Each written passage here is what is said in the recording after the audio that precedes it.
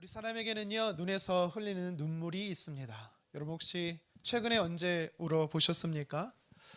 우리가 보통 운다라는 것은요, 기쁨과 환희, 감격의 눈물이 있을 때가 있을 수 있죠. 하지만 보통은요, 언제 우리가 어떻게 웁니까? 슬픔의 눈물을 흘리는 것이지요. 내 계획대로 되지 않음으로 인해서 낙심과 절망의 눈물을 흘릴 때가 있습니다. 때로는 사랑하는 사람을 먼저 보내야 하는 헤어짐의 눈물이 있어요. 시련과 상처의 눈물도 있고요. 이 밖에도 후회와 아쉬움과 안타까움의 탄식의 눈물이 있습니다. 내 뜻대로 되지 않음으로 인해서, 내가 아무것도 할 수 없음으로 인해서요, 무기력함에 흘리는 두려움의 눈물도 있습니다. 저도 지난 주말에 한 분을 먼저 떠나보내며 슬픔의 눈물을 흘렸습니다. 여러분 아시겠지만 우리 또 함께 신앙생활하는 오집사님의 우리 시아버지, 우리 2021년까지 우리 영훈학원의 이사장님으로 계셨던 우리 곽태원 장로님이 열흘 전에 소천하셨죠. 참으로 겸손하시고 인자한 분이셨습니다. 만약 예수님이 이 땅에 계셨다면 장로님과 같은 모습으로 계시지 않았을까? 제가 감히 고백해 봅니다. 하늘나라로 가셨다라는 이야기를 듣고 그날 밤 새벽에 깜깜한 하늘을 보면서 하나님께 애석한 질문을 던졌습니다. 그리고 눈물을 훔쳤습니다. 그런데 오늘 본문 말씀에 보면 사무엘 선지자도 눈물을 흘리고 있습니다. 저처럼 훌쩍거림의 눈물이 아닙니다. 그렇다고 감격적인 눈물은 더더욱 아니지요. 사무엘의 눈물은 통곡의 눈물이었고 쏟아내는 눈물이었습니다. 어떻게 할 수 있습니까? 1절에 보면 사무엘이 슬퍼했다라는 말이 나와요. 이 슬퍼했다라는 단어의 원뜻은 애곡했다라는 겁니다. 통곡했다라는 거예요. 소리내 펑펑 울었다라는 것입니다. 왜 이렇게까지 사무엘이 격하게 울었던 것일까요? 오늘 본문 앞선 사무엘상 15장 31절에 보니까 그 이유가 나옵니다. 우리 같이 한번 읽어보도록 하겠습니다. 이는 그가 사울을 위하여 슬퍼함이었고 여호와께서는 사울을 이스라엘 왕으로 삼으신 것을 후회하셨더라. 아멘. 왜 사무엘 선지자가 슬피 울고 있습니까? 사울 왕 때문이었어요. 그가 하나님 앞에 버림받았기 때문입니다. 하나님께서 사울을 이스라엘 왕으로 세우신 것을 후회하셨다라고 말하는데요, 여러분 오해하지 마시기 바랍니다. 우리 하나님은요, 자기 마음에 들지 않는다고 해서요, 자기 사람을 함부로 내치시거나 아무 때나 쓰다 버리시는 분이 절대 아니십니다. 일반적으로 우리가 후회한다, 후회된다라고 말할 때 이 후회는요, 어떤 뜻으로 사용됩니까? 잘못을 깨달았다, 뉘우쳤다, 돌이킬 때 쓰는 표현이죠. 그래서 이 후회한다, 사람들이 후회한다라고 할 때 쓰는 히브리 단어는요, 슈브라는 단어입니다. 보통 이 슈브라는 단어가 구약 성경에 언제 쓰이냐면 사람들이 회개할 때 이 단어가 쓰여요. 그러면 오늘 본문에 하나님이 후회하셨다라고 할 때 하나님도 사람처럼 내가 잘못한 것을 후회해, 내 실수를 후회해 라고 성경이 말하고 있는 것일까요? 사울을 왕으로 세운 게 내 잘못이야, 내 실수야, 내 죄야, 하나님이 이렇게 말씀하는 걸까요? 아닙니다. 여러분 하나님이 실수하신다, 하나님이 죄가 있다, 여러분 그러면 절대 하나님은 저와 여러분들의 하나님이 되실 수 없는 겁니다. 그렇다면 31절 이 말씀에 하나님이 후회하신다라고 할 때 이 단어는 어떤 의미일까요? 여기서 쓰인 후회는요, 나함이라는 단어입니다. 하나님이 후회하셨다 할 때는요, 나함이라는 단어만 쓰여요. 어떤 의미가 있는지 아십니까? 안타까워하신다라는 겁니다. 하나님은요, 이스라엘 왕으로서 사울이 그 역할을 잘 감당하기 원하셨지만 사울이 그렇지 못했다라는 거예요. 그래서 하나님이 안타까워하십니다. 점점점 하나님 뜻에서 멀어지고 죄 가운데 거하는 이 사울의 모습을 보고 하나님이 안타까워하셨다라는 것입니다. 그래서 하나님은요, 우리 사람처럼 실수하거나 죄를 짓지 않으세요. 그래서 로마서 11장 29절에 바울이 뭐라고 말합니까? 하나님은 실수하지 않으신다라고 하는 것이지요. 대신 저와 여러분들을 향해서 하나님은 어떻게 하십니까? 안타까워 하시는 거예요. 오늘 사무엘 선지자도 하나님처럼 안타까워하고 있었던 것입니다. 하나님 말씀에서 점점 멀어져가는 사울을 보면서 그는요, 마음이 너무 아팠던 겁니다. 사울을 향해서 사무엘이 안타까워하는 구체적인 이유 두 가지가 있어요. 첫째는요, 사적인 이유, 인간적인 이유입니다. 사무엘이 어떤 사람입니까? 사무엘은요, 미스바 부흥 운동을 일으켜서요, 민족을 회개케 했던 영적 지도자입니다. 대단한 사람이에요. 그가 사는 날 동안은요, 하나님께서 사무엘 한 사람 때문에 그 민족을 축복하셨다라고 말합니다. 그리고 하나님께서 사무엘 선지자에게 주신 말은 한마디도 땅에 떨어지지 않고 모두 성취되었다라고 하나님 말씀하세요. 그런 영적인 훌륭한 리더에게도요, 심각한 문제가 있었습니다. 개인적인 문제가 있었어요. 뭐냐면 자녀의 문제가 있었습니다. 사무엘 8장에 보면 사무엘에게 두 명의 아들들이 있었습니다. 첫째는 요엘이고 둘째는 아비야였습니다. 사무엘은요, 자신이 늙어서 이제는 더 이상 선지자로서 사사로서 사역을 잘 감당하기 어렵다라는 것을 알고 두 아들들에게 자신의 역할을 위임했어요. 사사로서 역할을 위임했습니다. 그런데 사무엘상 8장 3절에 보니까 어떤 일이 벌어집니까? 두 아들들이 그 직분 사명을 잘 감당하는 것이 아닙니다. 성경은요, 말합니다. 뇌물을 받고 잘못된 판결을 내렸다라고 말해요. 무슨 뜻이에요? 하나님 앞에 옳지 못했다라는 것입니다. 종교적인 심각한 문제를 일으켜서 백성들에게 언성을 사게 됐어요. 사사로서의 자격을 박탈당하게 됩니다. 이로 인해서 이스라엘 백성들은요, 사무엘에게 인간의 왕을 구하게 되는 빌미를 제공하게 됐던 거죠. 그래서 사무엘은요, 인간 왕 사울을요, 기름 부어 세웁니다. 시작은 괜찮았어요. 사울의 시작은 괜찮았습니다. 백성을 두려워했고 하나님을 경외했습니다. 겸손한 사람이었어요. 그런데 왕이 되고 나서 한 해 한 해가 지나가면서 사울이 변하는 겁니다. 백성을 두려워하지도 않고 하나님을 경외하지도 않습니다. 도리어 하나님을 경멸하고 불신앙의 태도, 하나님을 만홀히 여기는 사람으로 변했습니다. 하나님은요, 그런 사무엘에게 여러 번 기회를 줬어요. 돌아오라고 말씀하셨습니다. 하지만 돌아오지 않았어요. 결국 버림받게 된 것입니다. 자신의 두 아들들뿐만 아니라 자신이 기름 부어 세운 어쩌면 아들보다 더 아들같이 여겼던 사울입니다. 하지만 한결같이 모두가 다 하나님을 떠나버린 겁니다. 그래서요, 사무엘이 이 자녀들 때문에, 사울 때문에 마음이 찢어지게 아프게 통곡하며 울었던 것입니다. 그리고 사무엘 선지자가 사울 왕으로 인해 슬퍼했던 두 번째 이유가 있습니다. 이것은 공적인 이유인데요, 무엇이냐면 이스라엘 민족을 이끌 지도자가 더 이상 없었기 때문입니다. 왜 아들들을 사사로 세웠습니까? 성경은요, 자신이 늙었기 때문이다라고 이야기합니다. 그 일을 감당할 수 없었기 때문이라고 말해요. 그런데 두 아들들도 제대로 사역을 감당 못하니까 그 다음에 사울 왕을 기름 부어 세웠어요. 그런데 그 사울 왕도 그 역할을 잘 감당하지 못하고 하나님에게서 멀어져서 하나님께 버림받습니다. 그래서 아파하는 거예요. 이 민족을 이스라엘 민족을 이끌 지도자가 필요한데 하나님께서 그 왕을 폐위하심으로 인하여서 이제는 이스라엘은요, 목자를 잃어버린 유린하는 양처럼 되었던 것입니다. 걱정이 되었고 염려가 되었고, 그래서 사무엘은요, 하나님 앞에 울고 통곡했던 것입니다. 그런데 오늘 성경에 하나님께서 그렇게 슬퍼하는 사무엘에게 뭐라고 말씀하십니까? 찾아오셔서 슬퍼하지 말라라고 말씀합니다. 사랑하는 성도 여러분, 지금 나의 개인적인 문제로, 가정적인 문제로, 아니면 세상적인 문제로 어떤 어려움이 있으십니까? 여러분들을 근심케 하고 염려케 하는 답답한 일이 있습니까? 나를 통곡하게 하고 울게 만드는 슬픈 문제가 있습니까? 그렇다면 사무엘에게 찾아오셨던 하나님이 내 삶에도, 내 삶의 문제 현장에도 찾아오실 것을 믿으시기를 주님의 이름으로 축원합니다. 사무엘의 눈물을 닦아주신 하나님은 저와 여러분들의 눈물을 닦아주실 것입니다. 오늘 말씀에 슬퍼하지 말라 하시는 하나님의 이 말씀에 사무엘이 위로받고 힘을 얻습니다.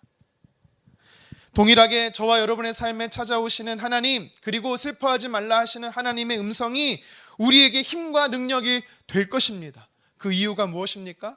오늘 본문을 통해서 구체적으로 그 이유를 몇 가지 살펴보도록 하겠습니다. 첫 번째로 하나님께서 저와 여러분들에게 슬퍼하지 말라 하시는 이 음성이 어떻게 큰 힘과 위로와 격려가 될 수 있는 것입니까? 하나님이 우리의 마음을 공감하시기 때문입니다. 하나님은요, 우리의 마음을 공감해 주세요. 다시 말하면 하나님은 우리의 마음을 헤아려 주신다라는 사실입니다. 우리 1절 하반절 함께 읽도록 하겠습니다. 내가 그를 위하여 언제까지 슬퍼하겠느냐. 아멘. 여러분, 이 말씀을 표면적으로 읽으면요, 마치 넘어진 아이를 부모가 뚝! 그만 울어! 언제까지 울 거야?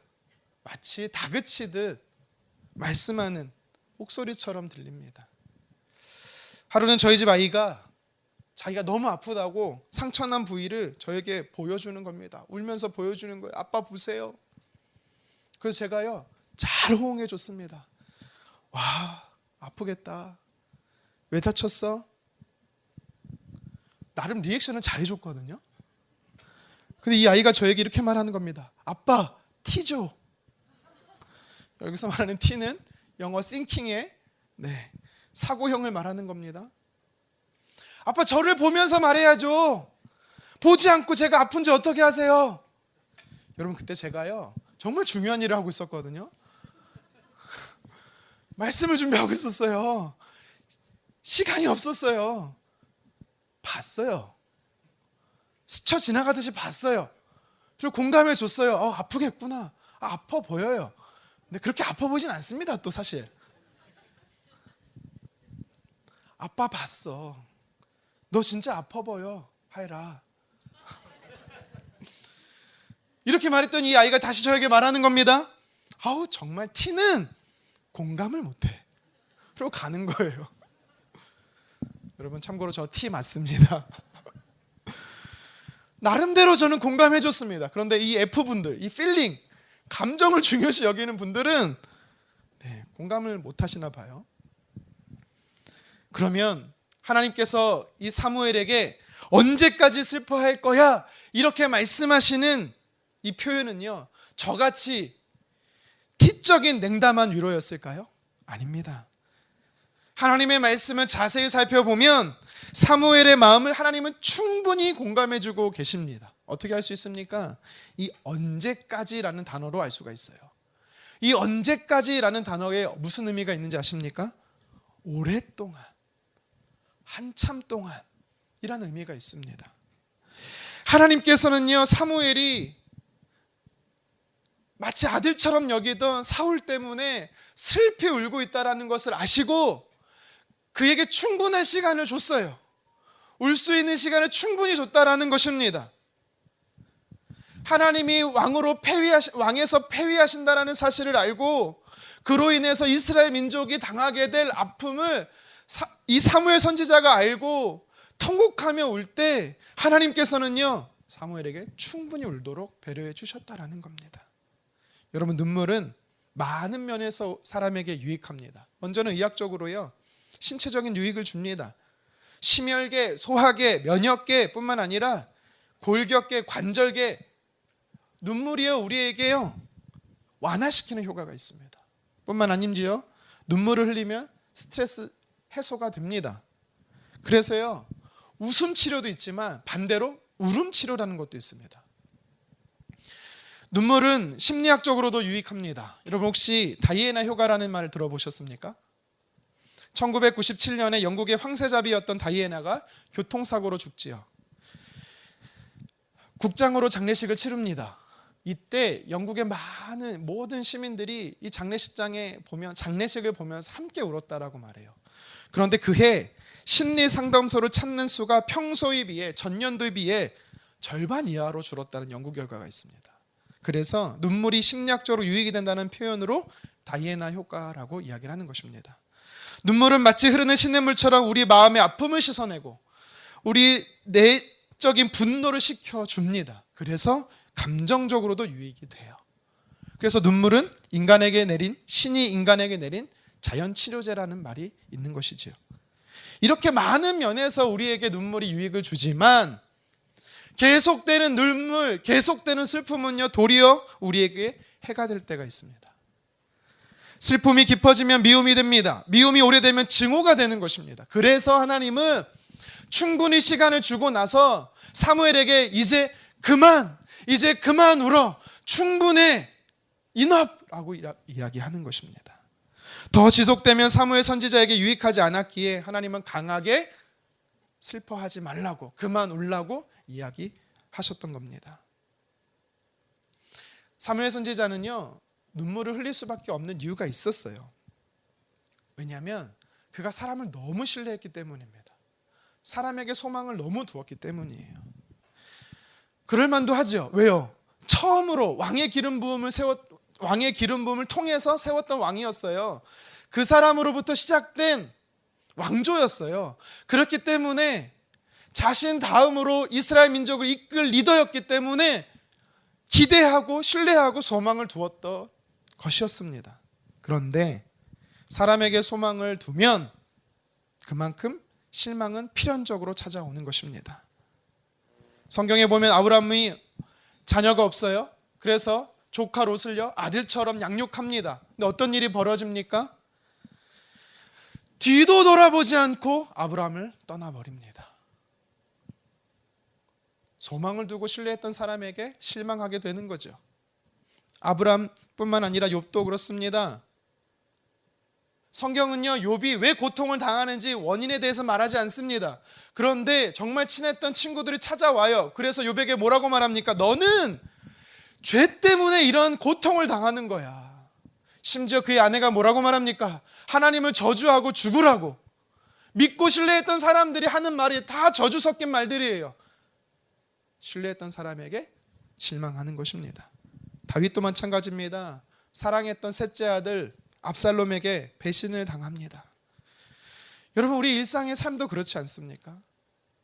여기 계신 분들이라면 한 번쯤은 믿었던 사람에게 발등 찍혀본 경험 다 있을 겁니다. 물론 저도 그렇습니다. 자녀에게 소망을 두었는데 그 자녀로 인하여서 낙심이 되는 경험 있습니다. 중마고 정말 막역한 친구에게 어려울 때 도와줬어요. 나도 도움이 필요한 순간 그에게 부탁하지만, 요청하지만 어떻게 합니까? 바로 외면하고 연락을 거절하는 경우 있습니다. 사람에게 소망을 두면 실망하게 되는 것은 불가피한 사실입니다. 그래서 성경은 우리에게 이렇게 말씀하는 거예요. 함께 시편 146편 5절 읽겠습니다. 야곱의 하나님을 자기의 도움으로 삼으며 여호와 자기 하나님에게 자기의 소망을 두는 자는 복이 있도다. 아멘. 성경은요, 누가 복되다라고 말합니까? 사람이 아니라 하나님께 도움을 구하는 자가 복되다라고 말합니다. 성경은요, 누구에게 복을 주신다라고 말합니까? 사람을 신뢰하고 소망을 두는 게 아니라 하나님을 신뢰하고 하나님께 소망을 두는 자에게 하나님께서 복을 허락하시겠다라는 것입니다. 여러분, 사람은요, 믿고 신뢰하는 대상이 아니에요. 사람은요, 사랑하고 용서해야 할 대상인 것입니다. 사무엘은 사람에게 소망을 뒀어요. 사람을 의지했어요. 그랬더니 그에게 돌아온 게 무엇입니까? 낙심과 절망이었던 것입니다. 그래서 하나님은 사무엘아, 언제까지 슬퍼하겠느냐라고 말씀하신 겁니다. 이것은 사무엘이 충분히 그 문제로 인하여 아파할 시간을 주셨다. 그래서 우리의 감정을 공감해 주셨을 뿐만 아니라 이제는 사람이 아니라 나 하나님께 소망을 두고 다시 너를 일으켜 주실 하나님께 위로함을 받으라라고 하나님께서 이야기하시는 것입니다. 성경은 분명히 말씀하세요. 누가 독수리 날개치며 올라가는 비상하게 되는 회복의 은혜를 누릴 수 있다라고 말합니까? 여호와를 앙망하는 자입니다. 여러분, 이 앙망하다라는 단어가 무엇입니까? 내 소망을 하나님께 둔다라는 것입니다. 내 소망을 하나님께 두는 자를 하나님께서 회복의 은혜를 베푸신다는 사실입니다. 여러분, 우리 하나님만이 내 삶의 든든한 반석이 되어 주십니다.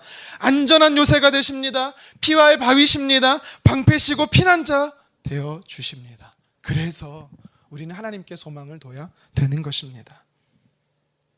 나를 지키시고 보호하시는 하나님께서 우리에게 감정, 아픔을 헤아려 주십니다.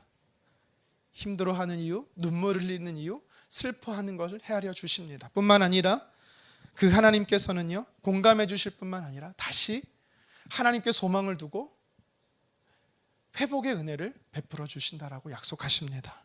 여러분, 그 주님께 소망을 두시기를 주님의 이름으로 축원합니다.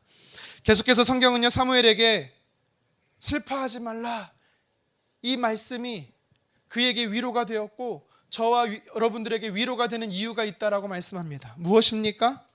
하나님은요, 우리 삶에 새로운 길을 열어주시기 때문입니다. 1절 하반절 말씀 다시 한번 읽어보도록 하겠습니다. 내가 그를 위하여 언제까지 슬퍼하겠느냐? 너는 뿔에 기름을 채워 가지고 가라. 내가 너를 베들레헴 사람 이새에게로 보내리니 이는 내가 그의 아들 중에서 한 왕을 보았느니라 하시니라. 아멘. 어쩌면 이 말씀을 읽으면서 우리 중에 어떤 분들은 참 하나님 너무하신다라고 생각되시는 분도 있을 것 같습니다. 아무리 사무엘이 선지자라고 해도요, 그도 사람이잖아요. 아파하고 있는데, 눈물 흘리고 있는데, 슬퍼하고 있는데 하나님께서 오늘 본문에서 뭐라고 말해요? 그만 울어. 너 해야 할 일이 있어. 빨리 감당해. 이렇게 매섭게 차갑게 좀 내모는 것처럼 말씀이 저도 읽으면서 그렇게 느껴지더라고요. 그런데 말씀을 읽고 또 읽고 계속해서 묵상해 보면서 한 가지 질문이 생겼습니다. 뭐냐면, 사무엘은 왜 하나님께 투덜대지 않았을까? 사무엘은 왜 하나님 앞에 불평하지 않았을까라는 사실입니다. 저 같으면 하나님, 지금 제가 어떤 상태인데요? 저는 못해요. 할 수 없어요. 이런저런 핑계 대면 하나님의 말씀에 거절했을 것 같습니다. 그런데 오늘 말씀해 보십시오. 도리어 사무엘은 어떻게 합니까? 적극성을 띠고 있어요. 2절에 보면 하나님, 제가 어떻게 갈 수 있는데요? 방법이 뭐예요? 묻고 있습니다. 심지어 오늘 본문 다음 절인 6절에 보십시오. 하나님께서 기름 부으실 자가 바로 과연 주님 앞에 있도다. 굉장히 흐뭇해하고 뿌듯해하고 기뻐하고 있는 것입니다. 여러분, 울다가 웃으면 어떻게 되죠? 네, 여러분 생각되는 대로 그렇게 되는 거예요. 아니, 무슨 영적 조울증도 아니고 불과 방금 전까지 수일 동안 괴로워하고 눈물 펑펑 쏟아내며 슬퍼하고 있었던 사람이 사무엘인데, 성경은 그가 뭐라고 말하고 있습니까? 기뻐하고 있대요. 즐거워하고 있대요. 어떻게 이렇게 변할 수 있는 것입니까? 그 이유는요, 하나님께서 정서적으로 감정적으로만 사무엘을 공감해 주셨던 것이 아니라 그의 삶 안에 실질적으로 필요한 문제에 대한 해결책을 하나님께서 제시해 주셨기 때문입니다. 사무엘이 슬퍼했던, 눈물 흘린 이유가, 원인이 무엇입니까? 믿고 신뢰했던 사람이 하나님에게서 멀어졌기 때문입니다. 그게 1차적인 이유였어요. 2차적인 이유가 무엇입니까? 세웠던 하나님의 사람이 하나님 앞에 폐위됨으로 인하여, 버림받음으로 인하여 더 이상 나는 이제 시간이 얼마 없는데 이 이스라엘 민족들, 이 백성들을 이끌어갈 지도자가 없음으로 인해서 그는요 아파하고 있었잖아요. 그런데 하나님께서는 뭐라고 말씀하십니까? 내가 사람을 찾았어. 너는 안 된다, 못한다, 불가능한다라고 말하지만 아니, 나는 할 수 있어. 우리 하나님은 어떠한 분이십니까? 광야에서도 길을 내시는 분이십니다. 하나님은 사막에서도 강을 내시는 분이십니다. 불가능을 가능하게 하시는 분이 바로 저와 여러분들의 하나님이십니다. 내가 끝이다 말할 때 하나님은 아니라는 겁니다. 다른 방법과 다른 계획을 갖고 계시다라는 사실입니다. 출애굽기 14장에 보십시오. 앞으로는 홍해가 가로막고 있습니다. 뒤로는 애굽의 철병거가 쫓고 있습니다. 이때 이스라엘 백성들이 뭐라고 말합니까? 다 끝났다고, 우리 모두가 죽게 됐다고. 그때 하나님 뭐라고 말씀하십니까? 아니라는 겁니다. 새로운 길을 여셨어요. 하나님 두 가지 대안을 제시해 주십니다. 무엇입니까? 먼저는요, 앞에 있던 구름 기둥을 맨 뒤로 보내셔요. 진영 끝으로 보내십니다. 더 이상 애굽의 군사들이 쫓지 못하도록 막아주십니다. 두 번째는 어떤 대안을 내십니까? 창일했던 홍해를요 가르십니다. 그래서요 수벽이 되게 만드십니다. 양쪽 벽을 만드셔서 마른 땅처럼 이스라엘 백성들이 건너가게 하시는 대안을 하나님이 내셨던 것입니다. 하루 종일 예수님께서요 말씀을 가르치셨어요. 아침부터 저녁 늦은 시간까지 말씀을 쉬지 않고 가르치시다 보니까 예수님뿐만 아니라 제자들, 그리고 그 베세다 그 평지에 있었던 많은 사람들도 종일 굶었어요. 배가 고팠습니다. 어떻게 하면 좋을지 예수님이 제자들에게 물어요. 한 제자는 말합니다. 예수님, 6천만 원에서 8천만 원 정도가 필요합니다. 예수님, 지금 여기는 평지이기 때문에요, 벌판이기 때문에요, 음식점이 없어요. 결론은 제자들이 어떻게 내립니까? 다 돌려보냅시다. 이때 예수님께서 뭐라고 말씀하십니까? 아니, 다른 대안이 있어. 다른 길을 내시죠. 어떤 길을 내십니까? 한 소년이 드린 떡 5개, 물고기 2마리, 이 오병이어를 가지고 성인 남성 5,000명이 넘는 수많은 사람들을 모두 배불리게 먹이시는 기적을 행하십니다. 여러분 기억하시기 바랍니다. 우리 하나님은 내 삶에 새로운 길을 내시는 분이십니다. 사람의 상식을 뛰어넘어 일하시는 분이세요. 내가 만약 하나님의 말씀에 순종하면서 가고 있는데, 하나님의 인도함을 따라가고 있는데 그럼에도 불구하고 막히셨습니까? 여러분 그렇다면 기대하십시오. 그때가 하나님이 역사하실 때입니다. 그때가 하나님이 내 삶에 일하실 때라는 사실입니다. 하나님은요, 절대로 사랑하는 자기 백성들을 공경에 빠뜨리지 않으세요. 그냥 내버려 두시는 분이 아니세요. 하나님은요, 길을 열어주시고 그의 인생을 책임져 주시는 좋으신 분이십니다. 실로 하나님은 당신의 뜻을 따르는 자들에게 가야 할 길을 막지 않고 도리어 그 길을 풍성하게 열어주시는 좋으신 분이세요. 우리 여호수아 1장 8절 하반절 말씀 같이 한번 읽어보도록 하겠습니다. 그리하면 내 길이 평탄하게 될 것이요 내가 형통하리라. 아멘. 평탄하게 될 것이래요. 형통하게 된대요. 무엇이요? 우리의 인생의 길이요. 누구에게 이런 은혜를 베푸신다라고 합니까? 하나님의 말씀을 따르는 자입니다. 우리 계속해서 잠언 3장 5절 6절 이번에 현대인 성경으로 한번 같이 읽어보도록 하겠습니다. 너는 마음을 다하여 여호와를 신뢰하고 내 지식을 의지하지 말아라. 너는 모든 일에 여호와를 인정하라. 그리하면 그가 너에게 바른 길을 보이실 것이다. 아멘. 하나님께서 누가 어떤 사람에게 바른 길을 보이신다라고 말씀하십니까? 자신을 의지하는 자가 아니라, 자신의 지식을, 명철을 의지하는 자가 아니라 하나님을 의지하는 자, 하나님을 신뢰하는 자, 하나님 말씀을 따라가는 자, 그에게 하나님은요 새로운 길을 열어주시겠다라고 반드시 약속하십니다. 여러분, 내가 계획하고 내 뜻대로 인생이 되어지는 것 같지요? 아닙니다. 성경은 뭐라고 말씀하십니까? 그 걸음걸음을 누가 인도한다라고 말씀하세요? 하나님이시다라고 말씀하세요. 우리 인생의 길을 열어주시는 분도 하나님이실 뿐만 아니라 그 길을 걷게 하시는 그때그때마다 하나님께서 힘을 주시는 분도 하나님이세요. 여러분, 그래서 우리는요 하나님을 따라가야 돼요. 하나님을 경외하시기를 바랍니다. 하나님을 경외하는 방법은 하나님을 사랑하는 겁니다.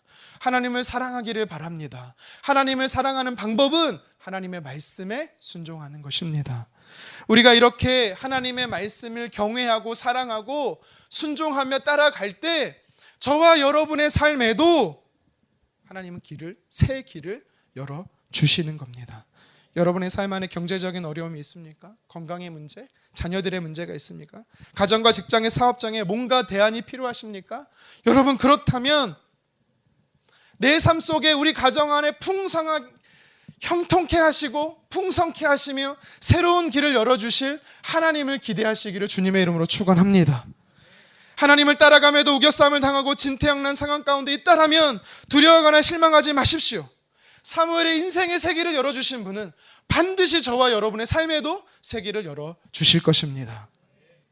마지막으로 한 가지만 더 살펴보겠습니다. 마음의 상처와 슬픔 중에 있었던 사무엘에게 하나님께서 슬퍼하지 말라 말씀하세요. 그것이 그의 인생의 큰 힘과 위로가 되었습니다. 이유가 무엇입니까? 하나님께서는요 사무엘에게 행할 일을 알려주셨기 때문입니다. 행할 일을 알려주셨습니다.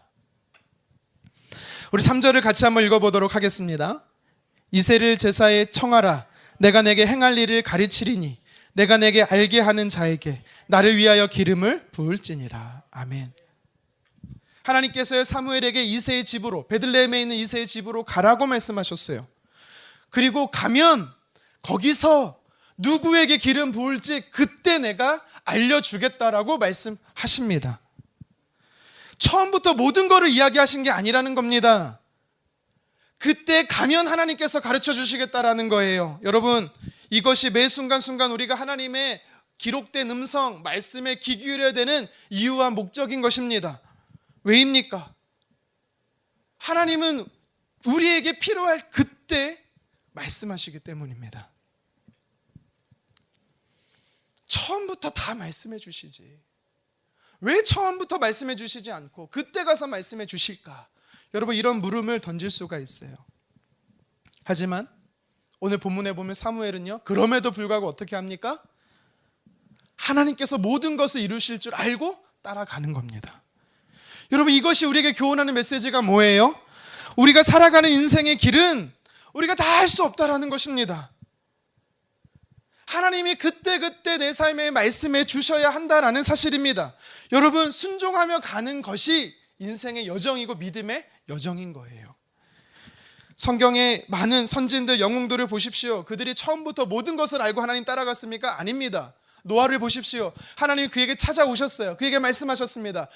홍수의 심판이 있을 거다. 그러니 방주를 지어라. 하나님 말씀하십니다. 그때부터 순종해서 방주를 지어요. 하지만 하나님께서요, 말씀 안 하신 게 있어요. 뭔지 아세요? 언제 홍수가 올지 말씀 안 하셨어요. 그래서 그는요, 방주를 짓는데 무려 120년 동안 짓습니다. 아브라함을 보십시오. 하나님께서 그에게 본토 친척 아비집을 떠나라고 말씀하셨어요. 그래서 그는요, 하나님 명령에 순종해서 떠납니다. 그런데 말씀 안 한 게 있었어요. 뭔지 아세요? 어디로 가야 할지 목적지를 하나님 말씀 안 해주셨어요.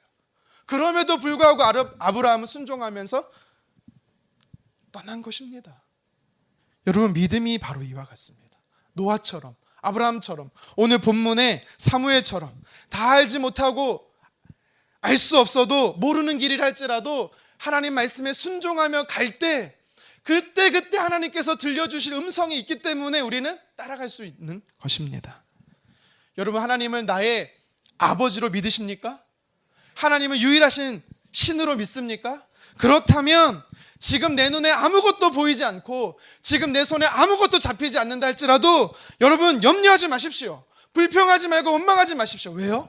하나님은 로마서 8장 29절의 말씀처럼, 28절 말씀처럼 합력하여 선을 이루신 분이시기 때문이에요. 무슨 뜻이에요? 늘 하나님이 오르시다라는 것입니다. 그래서 우리가 주님 따라갈 수 있는 겁니다. 한 분을 소개하고 말씀을 마치도록 하겠습니다. 지금도 아프리카 가나에서 선교하시는 이용학 최혜련 선교사님 가정 이야기예요. 남편 되시는 이용학 선교사님은요, 청년 때 군대에서 사고로 평생 다리를 쓰지 못한다는 장애 판정을 받았습니다. 지금 사진을 보여주시겠습니까? 병상에 있을 때 이 이용학 선교사님께서요, 이렇게 하나님께 기도했어요. 하나님, 제가 만약 걸을 수만 있다면, 하나님 저를 걷게 해주실 수만 있다면 제 삶을 하나님께 바치겠습니다. 지난주에 우리 교회에 와서 간증했던 박이 형제, 그도 청년 때 높은 곳에서 떨어져서 하반신 마비가 되었죠. 똑같이 하나님 앞에 부르짖었어요. 고쳐달라고. 그런데 하나님이 박이 형제는 고쳐주시지 않았어요. 그런데 다른 목적이 있었는지 이 이용학 선교사님은 하나님이 고쳐주셨어요. 신기하게 몸이 움직이기 시작하더니 6개월 만에 완치가 되었습니다. 그래서 서원한 대로 신학교에 들어가 목사가 되고 아프리카 가나 선교로 헌신했습니다. 1988년 강남 중앙침례교회에 파송을 받고 가나 선교로 선교사로 갑니다. 사진에서 보는 것처럼 아내 최혜련 선교사님과 당시 5살 아들, 2살 된 딸과 함께 4명이서 가나로 갑니다. 전기도 수도도 없는 곳에서 현지인과 함께 농사지으며 그곳에서 살았습니다. 1992년 당시 6살이었던 딸이 그만 말라리아로 죽게 됩니다. 선교사님이 이렇게 간증합니다. 내 딸이 이렇게 허무하게 죽을 줄 미리 알았으면 나는 절대로 선교사로 살지 않았을 겁니다. 하나님, 저희가 선교하러 아프리카까지 왔는데 왜 딸을 데려가십니까? 자녀를 잃은 슬픔이 너무 커서 선교사님은 다 접고 한국으로 돌아올 준비를 하고 있었습니다. 그런데 하루는 밤에 잠을 자는데 꿈에 죽은 이 딸이 나타난 거예요. 딸이 이렇게 이야기를 했다고 합니다. 아빠, 아프리카를 떠나지 마세요. 계속해서 이곳에서 복음을 전해주세요. 꿈에서 깨고 생전에 생생하게 들렸던 딸의 음성이어서 딸이 너무 보고 싶어 펑펑 울었다고 합니다. 한참을 울었더니 그 순간 그 딸의 음성이 곧 하나님의 음성으로 들려서 또 한참을 울었다라고 말해요. 다시 하나님께서요 선교사님 마음에 이런 감동을 주셨다고 합니다. 나는 실수하지 않는다. 그 딸은 너의 딸이 아니야. 나의 딸이야. 모든 걸 포기하고 돌아가려고 했지만 하나님이 그때 자신이 무엇을 행해야 하는지 찾아오셔서 명확하게 말씀해 주셨다라고 합니다. 그래서 지금도 68이 육신의 나이 68세가 되었음에도 불구하고요 아직도 아프리카에 남아 선교를 하고 계십니다. 선교사님이 지금도 이런 고백을 합니다. 이제 저는 하나님께 왜라는 질문을 하지 않습니다. 무조건 순종합니다. 하나님은 결코 실수하지 않으시기 때문입니다. 살아계신 하나님과 함께라면 두려움이 없습니다. 여러분, 우리는요 하나님 앞에 왜라는 질문을 할 수 있어요. 하나님 도대체 왜입니까? 여러분, 이렇게 질문하는 건요 불신앙이 아니에요. 왜냐하면 내 삶이 해석되지 않고 이해되지 않기 때문에, 답답하기 때문에 우리는 하나님께 왜라는 질문을 던져야 됩니다. 그러면 하나님은요 아주 친절하게 설명해 주실 겁니다. 그리고 그때 하나님은 내가 행해야 할, 우리가 행해야 할 일이 뭔지를 가르쳐 주실 겁니다. 하지만 우리가 항상 하나님께 왜라는 질문을 던진다고 하나님은 꼭 답하시진 않으실 겁니다. 다 답하시지도 않으실 겁니다. 그런데요 이용학 선교사님에게처럼 또 오늘 본문의 사무엘에게처럼 하나님은요 꼭 필요할 때 내 삶에 찾아오셔서 우리에게 말씀하실 겁니다.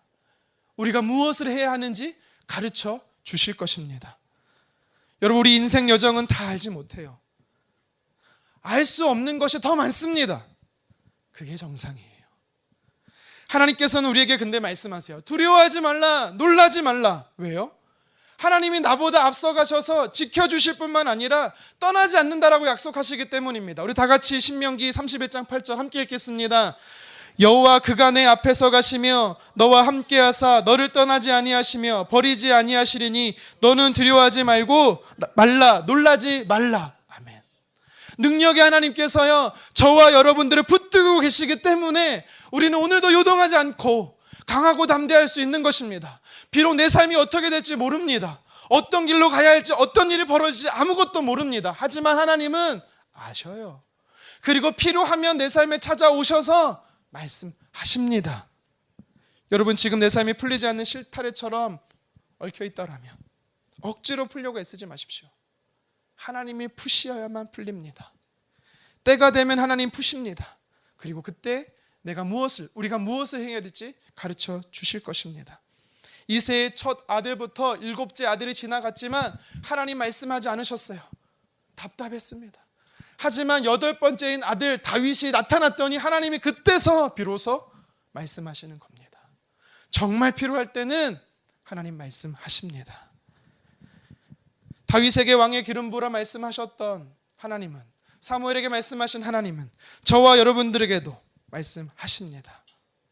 여러분, 그래서 주님을 끝까지 신뢰하며 따라가기를 주님의 이름으로 축원합니다. 말씀을 정리하겠습니다. 지금 내 삶에 개인적으로, 가정적으로 여러분들을 슬프게 하고 괴롭게 하고 눈물을 흘리게 하는 상황들이 있습니까? 하나님이 오늘 이렇게 말씀하세요. 사랑하는 아들아, 사랑하는 딸아, 슬퍼하지 마라. 이제 그만 눈물을 멈춰라. 우리가 슬퍼하지 않을 수 있는 이유에 대해서 오늘 성경은 3가지로 이야기하고 있습니다. 첫 번째는 하나님이 나의 마음을 공감해 주신다라는 것입니다. 하나님은요 우리의 아픔 상처를요 다 헤아려 주시는 좋으신 분이세요. 충분히 울 수 있는 시간을 배려해 주셨습니다. 그리고 진정될 때까지 하나님을 기다려 주셨습니다. 하나님 보시기에 충분했을 때 이야기하시는 겁니다. 사무엘아, 그만 울어라. 슬퍼하지 말아라. 여러분, 만약 슬픈 일이 있다면 하나님 앞에 나아가 오십시오. 그리고 이제 됐어, 충분해 말씀하실 때까지 오십시오. 하나님의 위로의 은혜가 여러분들의 삶에 임할 것입니다. 그리고 하나님 이렇게 말씀하실 겁니다. 이제 사람이 아니라 나에게 소망을 둬라. 나를 신뢰하라. 내가 너를 책임질 것이다. 이렇게 소망을 하나님께 두면 하나님 우리에게 새 힘을 주실 것입니다. 그래서 우리는요 슬퍼하지 않을 수가 있는 겁니다. 두 번째로는 성경은 우리가 슬퍼하지 않는 이유에 대해 말하고 있습니다. 무엇입니까? 하나님은 내 삶에 꼭 필요한 새 길을 열어주시는 분이십니다. 나는 끝이다, 안 된다, 어렵다, 힘들다 말하지만 하나님 뭐라고 말씀하세요? 아니라는 겁니다. 너를 위해서 너의 삶에 새로운 길, 새로운 대안, 새로운 방법을 내가 준비해놨다라고 하나님 말씀하십니다. 하나님은 감정적으로 우리를 이해해 주실 뿐만 아니라 진짜 내 삶에 필요한 인생의 해답을 공급해 주시는 좋으신 분이세요. 누가 하나님의 새로운 길을 경험할 수가 있습니까? 하나님의 말씀을 따르는 자입니다. 하나님을 끝까지 신뢰하고 의지하는 자입니다. 항상 새 길을 준비하시는 좋으신 분이 저와 여러분들의 하나님이십니다. 이 하나님을 믿고 신뢰하기를 간절히 원합니다. 마지막 세 번째로 하나님은 필요할 때 저와 여러분들에게 찾아오셔서 행할 일을 알려주시는 좋으신 분이기 때문에 여러분이 슬퍼하지 않을 수 있는 것입니다. 우리는 모든 것을 알지 못해도 됩니다. 아니, 삶의 아주 일부 소소한 것만 알아도 괜찮아요. 왠지 아십니까? 내가 하나님의 말씀을 신뢰하고 따라가고 있다면 이미 저와 여러분들은 하나님이 안전하게 지키시고 하나님이 보호하시는 인생의 길에 걷고 있기 때문입니다. 그 인생의 여정은 하나님이 책임지시는 삶이에요. 처음뿐만 아니라 중간중간에도 꼭 필요할 때 하나님은요 내가 무엇을 행해야 하는지 들려주실 것입니다. 그래서 항상 하나님의 음성에 귀 기울인 저와 여러분 되기를 간절히 원합니다. 마음을 공감해 주시고 새로운 길을 열어주시고 필요에 따라 행할 일을 알려주시는 하나님으로 인해서 슬퍼하지 않고 기뻐하는 저와 여러분 되기를 주님의 이름으로 축원합니다.